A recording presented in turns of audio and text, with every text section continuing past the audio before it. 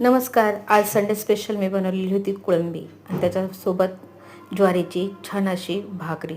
भाकरींशिवाय जेवण पूर्णच होत नाही. ज्याला आवड असते नॉनव्हेज खायची त्याच्या घरामध्ये भाकरी आणि नॉनव्हेज नक्कीच बनतं. हे बघा छान अशी भाकरी खरपूस अशी भाजून घ्यायची, ती पलटी मारायची. कोणाकोणाची तव्यावर ती भाकरी भाजत नाही, फुलत नाही, पण माझी भाकरी दरवेळेला टमटमीत अशी फुगत असते. परत पलटी मारून घेतलेली, सगळ्या बाजून भाकर छान भाजलेली आणि थोडीशी गडबड झाली की ती पडणारच होती, तेवढ्यामध्ये मी तिला साईडला उचलून घेतलेली. आणि बघा छान अशी प्रत्येक वेळेला भाकरी फुगतेच. एखाद दोन भाकर माझी फुगत नाही, पण प्रत्येक भाकर माझी टमटमीतच होत असते. हे बघा कोळंबी आणलेली छान अशी साफ करून घ्यायची आहे तिला. मस्त ताजी ताजी कोळंबी भेटलेली होती, फटाफट साफ पण झाली ताजी असल्यानंतर. आणि त्याच्यामध्ये निंबू पिळून घ्यायचं आहे. त्याला थोडंसं मीठ पण लावून घ्यायचं आहे, म्हणजे तुमच्या कोळंबीची चव आहे ती व्यवस्थित अशी मस्त येते.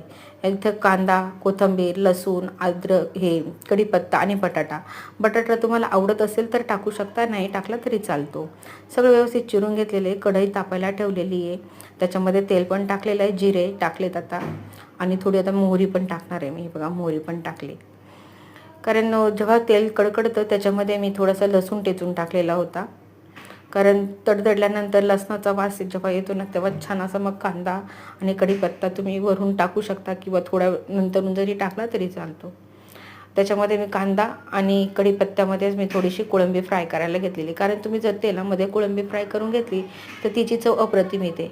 त्याच्यामध्ये मी हळद, मिरची पावडर आणि मालवणी मसाला मी घरी बनवलेला आहे. मिरची पावडर पण माझी घरचीच असते, त्याच्यामुळे तिचा कलरचा काही टेन्शन नाही. खूप छान असा कलर येतो आणि तिखट आपल्याला जशी मीडियम पाहिजे तर मीडियम बनवू शकतो, आणि जास्त तिखट आवडत असेल कोणाला तर मिरची तुमच्या हिसाबामध्ये टाकू शकता.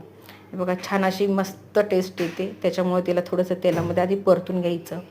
तुम्हाला बटाटा जरी घालायचं असेल तर बटाट्याच्या आधी तुम्ही कोळंबी टाकून फ्राय करून घ्यायची, मगच तुम्ही कोळंबी टाकायची. व कांदा, टोमॅटो टाकून कढीपत्ता टाकून पुन्हा मी फ्राय करते आहे.